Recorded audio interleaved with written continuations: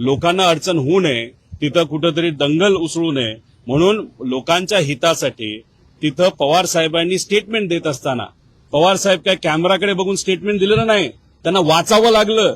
कारण का पवार साहेब इतके भावनिक झाले होते, त्यांना शब्द फुटत नव्हते, म्हणून त्यांना काही गोष्टी लिहून दिल्या, त्या वाचल्या. ही आमची परिस्थिती होती आणि याच्यात तुम्ही आज राजकारण करत आहात. आता तुम्हीच बघून घ्या की गेल्या काही दिवसांमध्ये विलिनीकरण हे शब्द आम्ही जास्त वापरले का त्यांनी जास्त वापरलेत.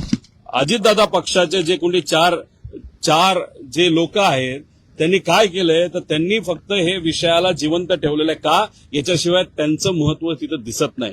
मला फक्त या नेत्यांना एवढंच सांगायचं, राजकारण तुम्ही करा, आम्ही आमच्या लेवलला करू, पण आता राजकारणाची वेळ नाही. पण तुम्ही तुमच्या पक्षामध्ये आज राष्ट्रीय अध्यक्ष कोण झाले तर सुनेत्रा काकी झालेले आहेत. त्याच्याच बरोबर आज उपमुख्यमंत्री कोण आहेत तर सुनेत्रा काकी आहेत. त्यामुळे तिथं वागत असताना स्टेजवर आणि इतर गोष्टीमध्ये जरा सांभाळून वागा, कारण महाराष्ट्र तिथं बघतोय